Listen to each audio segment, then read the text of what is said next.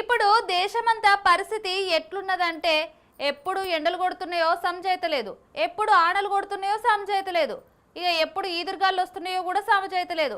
అడుగు బయట పెడదామంటే మస్తు బుగులైతుంది. ఇక సినిమాలల్లా ఈదురుగాలు వస్తే మనుషులు కాగితాల తీరు ఎట్లయితే అలక కొట్టుకుపోతారో అచ్చం గట్లనే ఉత్తరప్రదేశ్ ఈదురుగాళ్ళు వచ్చినాయి. ఇక ఈదురుగాళ్లకు ఎదురే లేదు.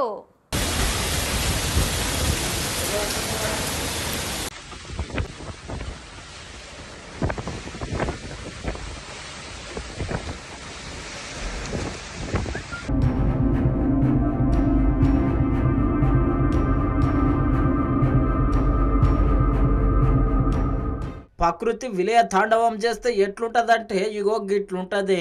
అగో చూసిరు కదా, 7 సామాను ఆనే కొట్టుకపోయినాయి, 7 గోడలు ఆనే కూలిపోయినాయి.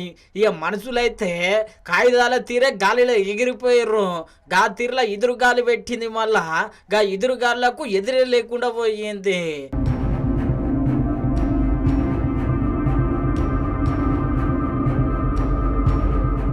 చూసిరు కదా, ఎదురు లేకుండా మరి గింతగానం ఎదురు గాలులు ఏడొచ్చినాయి అంటే ఉత్తరప్రదేశ్లో వచ్చినాయి.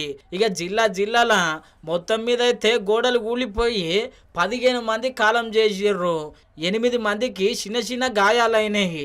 ఇక మొత్తం మీద అయితే గట్లున్నది పరిస్థితి. ఇక ఈ 10 దినాల దాకా వడగాలులు వస్తూనే ఉంటాయి, ఈదురుగాలులు వస్తూనే ఉంటాయి.